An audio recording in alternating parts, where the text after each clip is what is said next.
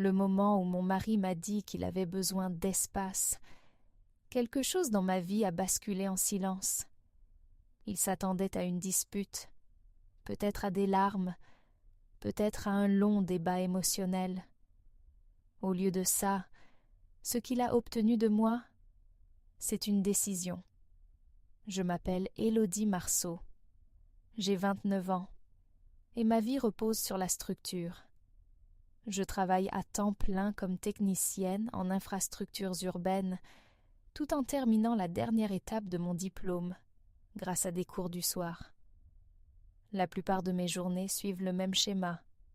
Travail, cours, salle de sport, puis maison. Je ne suis pas quelqu'un qui s'épanouit dans le chaos. Je préfère la routine. Je réfléchis avant de réagir. Adrien, mon mari, a 33 ans. Nous étions mariés depuis plusieurs années et notre relation remontait elle-même à presque une décennie.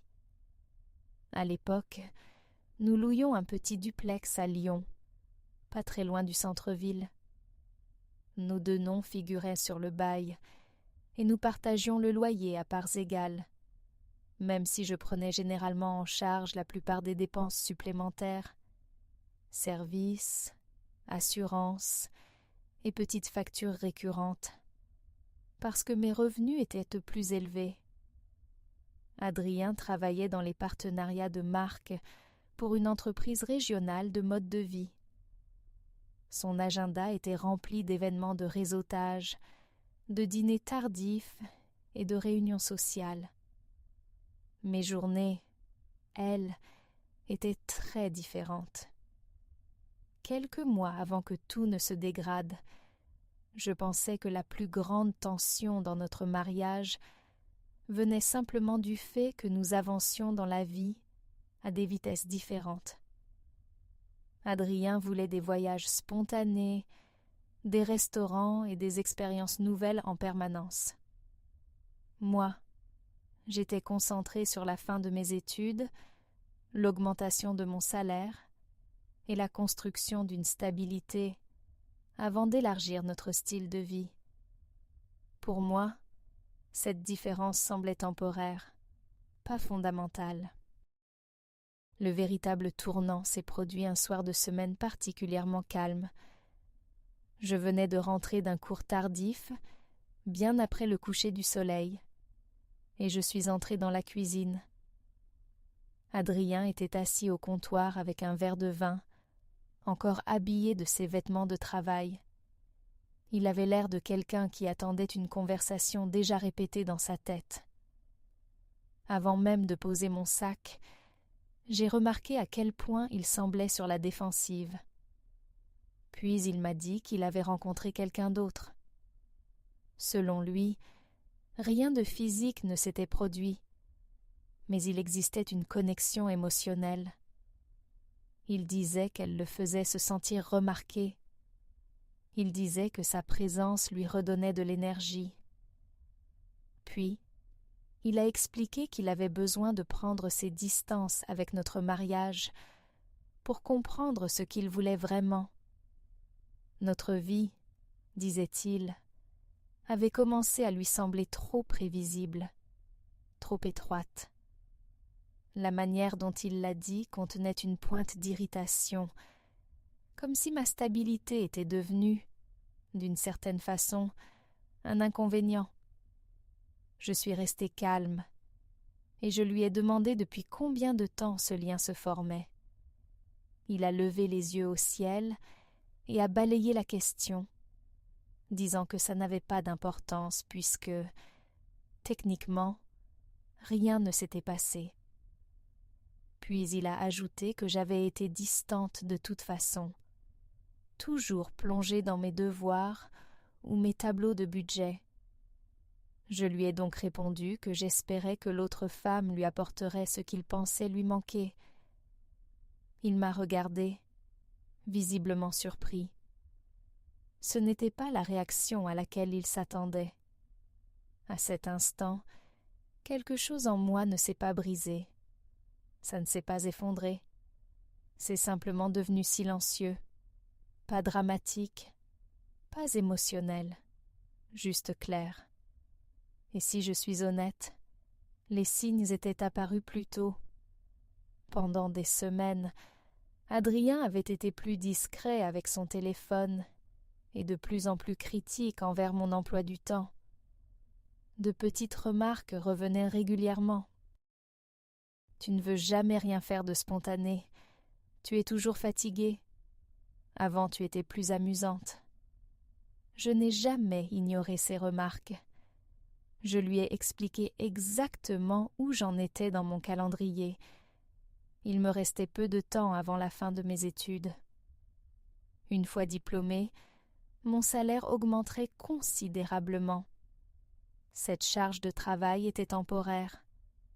Je lui ai même demandé directement s'il se sentait négligé. À ce moment-là, il avait répondu non. Il disait comprendre. Il disait être fier de l'avenir que je construisais. Alors, quand il s'est assis face à moi ce soir-là, en parlant d'une femme qui le faisait se sentir vivant, il ne s'agissait pas vraiment d'attirance. Il s'agissait de comparaison. Et il l'a rendu évident. Elle est ambitieuse aussi, a-t-il dit, mais d'une manière différente. Selon lui, elle profitait réellement de la vie. Elle ne traitait pas chaque année comme une salle d'attente. Son ton ressemblait moins à du regret qu'à une justification. Je lui ai donc posé la question évidente. « Tu demandes le divorce ?» Il a expiré brusquement, comme si j'avais exagéré. « Non, j'ai juste besoin d'espace. Pourquoi tu passes toujours aux extrêmes ?» Puis il a ajouté que c'était exactement pour ça qu'il avait du mal à me parler, parce que je traitais tout comme un système logique, avec des conclusions claires. Je lui ai répondu que je ne sautais à aucune conclusion. Je clarifiais. La distance dans un mariage mène généralement à deux choses, une réparation ou une séparation. Je voulais simplement savoir vers laquelle il pensait se diriger. Il s'est levé, irrité, et a dit qu'il ne savait pas encore. Il avait besoin de temps pour explorer ses sentiments, et je devrais être assez mature pour lui permettre de le faire sans transformer cela en discussion juridique. Explorer ses sentiments. C'est l'expression qu'il a utilisée. Je lui ai donc posé une autre question simple. Pendant que tu explores tout ça, tu comptes continuer à la voir ? Il a hésité un instant. Mais cette hésitation disait déjà tout. Puis il m'a répondu qu'il ne voulait pas se sentir contrôlé. Si je lui faisais confiance, je devais le laisser comprendre ce qu'il ressentait sans l'interroger. C'est à ce moment-là que tout est devenu parfaitement clair. Ce n'était pas de la confusion. C'était un saut de branche. Il voulait la sécurité de notre maison commune, notre stabilité financière et ma fiabilité, tout en testant si cette nouvelle relation lui offrait quelque chose de plus excitant. Je n'ai pas argumenté. Je n'ai pas supplié. Je lui ai simplement dit que je ne participerais pas à cet arrangement. Il m'a traitée de froide. Il a dit que mon refus de me battre pour lui prouvait pourquoi il se sentait déconnecté. Ce qu'il voulait vraiment dire, c'est que je ne me mettais pas en compétition. Après cette conversation, je n'ai rien négocié. Je n'ai pas proposé de thérapie. Je n'ai pas suggéré de pause temporaire. Je suis allée dans la chambre d'amis, j'ai réglé mon réveil pour tôt le matin, et j'ai commencé à agir dès le lendemain. Je lui ai dit que c'était peut-être vrai, mais que protéger ma dignité était quelque chose que je ne regretterais jamais. Après la fin de l'appel, je suis restée assise un moment, laissant le silence s'installer. Puis, j'ai bloqué son numéro. Ce n'était pas fait par colère. C'était plutôt comme fermer un chapitre. Je l'ai également retiré de toutes les plateformes sociales et je me suis désabonnée de partout. Non pas parce que j'avais besoin de silence du monde, mais parce que je ne voulais laisser aucune porte entr'ouverte. Plus tard dans la soirée, mon téléphone a de nouveau sonné avec un numéro inconnu. Je n'ai pas répondu, et j'ai laissé l'appel aller sur la messagerie. Le message qu'il a laissé était court et irrité. Il disait que j'avais détruit tout ça pour une seule erreur. Je n'ai pas répondu. J'ai bloqué ce numéro aussi. Chaque facture restait équitablement partagée. Adrien a tenté un dernier message par l'intermédiaire d'un ami commun. Apparemment, il pensait que j'avais transformé quelque chose d'émotionnel en transaction froide. L'ami m'a demandé si une réconciliation était possible, maintenant que l'autre femme n'était plus là. J'ai répondu calmement. L'absence d'une troisième personne n'efface pas le fait qu'il a choisi d'en introduire une.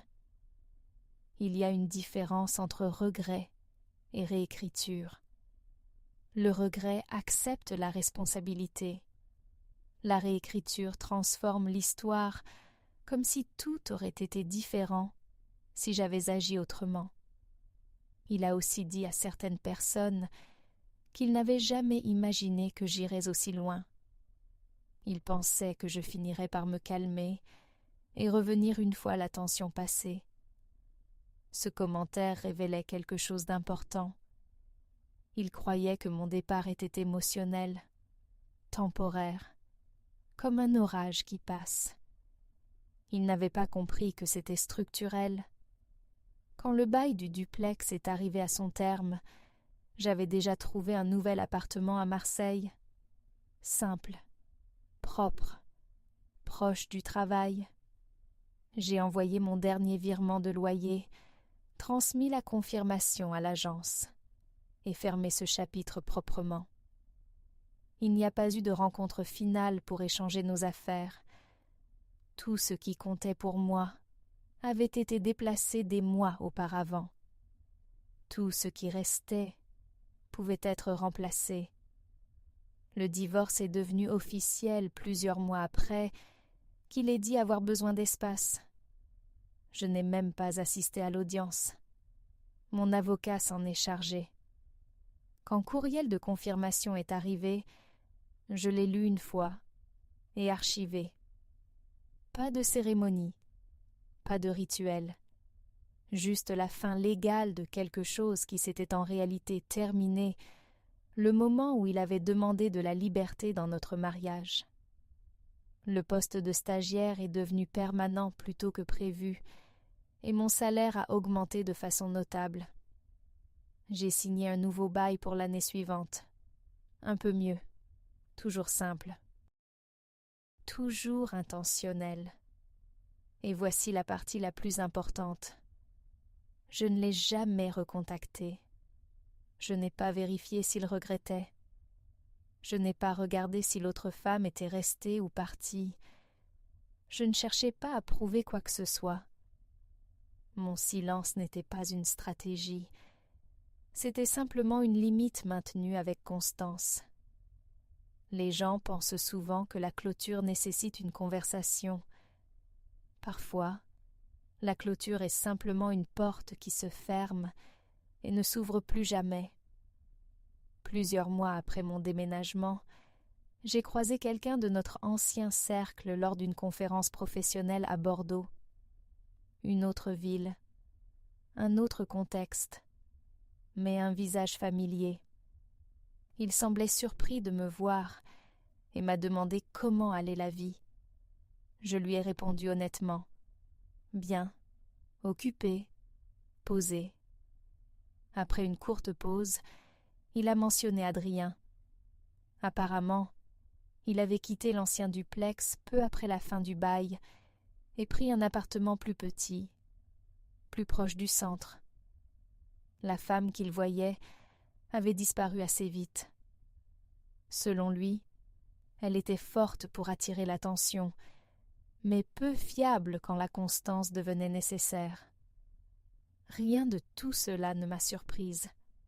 Ce qui m'a marqué était autre chose. Il a dit que Adrien pensait que je finirais par revenir une fois calmée. Encore cette idée que ma décision était émotionnelle plutôt que structurelle. Il a aussi mentionné que Adrien avait recommencé à sortir rapidement, une série de relations courtes, sans stabilité. Entendre cela ne m'a pas fait ressentir de satisfaction. Cela a simplement confirmé une chose. Quand quelqu'un poursuit la sensation d'être remarqué, plutôt que de construire quelque chose de réel, il finit souvent par confondre nouveauté et profondeur. Après la conférence, je suis retournée à pied à mon hôtel et j'ai repensé à toute la chronologie. Une conversation dans la cuisine, une décision le lendemain matin, un bail signé en une seule journée.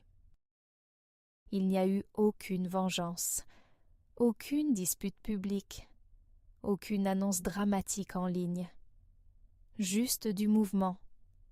Depuis ce soir-là, j'ai terminé mon diplôme, obtenu un meilleur poste, déménagé dans une ville plus favorable, augmenté mes revenus, élargi mon réseau professionnel et construit une nouvelle routine. Je n'ai pas accompli tout cela pour lui prouver quoi que ce soit. Je l'ai fait parce qu'une fois la distraction disparue, le chemin est devenu clair. J'ai fréquenté des gens pendant un temps, lentement, volontairement. Aucune urgence de remplacer quelqu'un, aucune pression de définir quoi que ce soit de permanent. Mais une règle dans ma vie a changé pour toujours. Si quelqu'un me dit qu'il a besoin d'espace pour évaluer d'autres options, je ne négocie pas. L'espace n'est pas une menace, c'est une décision. Et je réponds aux décisions par l'action. Aujourd'hui, plus d'1 an a passé. Le divorce est final. L'ancien bail est terminé depuis longtemps. Le duplex appartient maintenant à quelqu'un d'autre. Son numéro est resté bloqué tout ce temps. Il n'y a eu ni excuse finale, ni tentative dramatique de me reconquérir, ni scandale public. Juste du silence. Et ce silence l'a forcé à affronter quelque chose qu'il n'attendait pas. Je n'ai pas réagi émotionnellement, je me suis ajustée structurellement. Il y a quelque temps, j'ai appris par cette même connaissance que Adrien avait parlé de moi lors d'une conversation. Pas avec colère, pas avec amertume, avec confusion. Il disait qu'il ne l'avait jamais vu venir. En réalité, c'est logique. De son point de vue, j'avais toujours semblé prévisible, stable, guidée par la routine, le genre de femme qui tolère l'inconfort pour des plans à long terme. Ce qu'il n'a pas compris, c'est la différence entre patience et passivité. Je suis patiente quand quelque chose grandit. Je ne suis pas passive quand quelque chose devient irrespectueux. Quand il a dit qu'il avait besoin d'espace pour explorer une autre relation, il pensait que j'allais discuter, rivaliser, négocier ou rester à proximité comme solution de secours. Au lieu de ça, je suis partie le lendemain. J'ai terminé mon diplôme, j'ai déménagé et j'ai construit tranquillement une nouvelle vie sans commentaire. Pas de message de revanche, pas de publication mystérieuse, pas de spirale publique, juste l'absence. Et s'il y a une chose que je dirais à quiconque lit ceci, c'est ceci. Vous n'avez pas besoin de détruire quelqu'un pour vous protéger. Vous n'avez pas besoin de crier pour prouver un point. Parfois, la réponse la plus claire est simplement l'alignement. Il voulait de l'espace. Je le lui ai donné complètement. Il voulait se sentir vivant. J'ai choisi la stabilité, Et lorsque les documents ont été signés et que ma vie a continué d'avancer sans interruption, c'est devenu la clôture qu'il n'avait jamais prévue, non pas parce que je l'ai puni, mais parce que je suis partie proprement.